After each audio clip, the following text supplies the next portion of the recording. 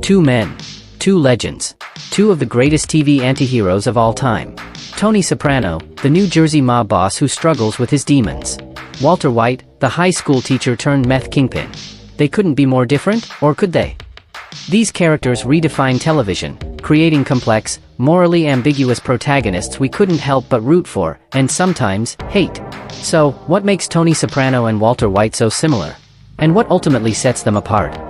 Buckle up, because today, we're diving deep into what makes Tony Soprano and Walter White two sides of the same coin: family men, monsters, and everything in between. Both Tony and Walter start their journeys as men with everyday struggles. Tony suffers from panic attacks while managing the DeMeo crime family.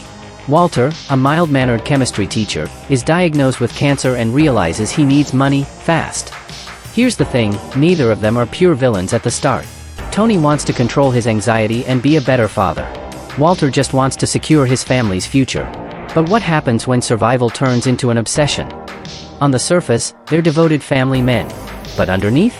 They're both leading double lives, Tony as a mob boss, Walter as Heisenberg.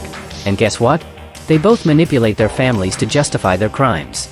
Tony cheats, lies, and bribes his way through family life, while Walter plays the long con, making Skylar think he's just in too deep. But in the end, their families suffer the most. Here's a key difference: Tony knows he's messed up. He goes to therapy, tries to understand himself, even if he rarely changes. Walter? He spends years justifying his crimes with "it's for my family," until he finally admits, "I did it for me." Tony Soprano is self-aware but unwilling to change. Walter White? He lies to himself until he doesn't have to anymore. The more power they gain, the more ruthless they become. Tony starts ordering hits without hesitation. Walter transforms into a cold, calculating villain, manipulating Jesse, letting Jane die, and taking out anyone in his way. Both start as reluctant criminals. But by the end? They're fully in control of their own evil.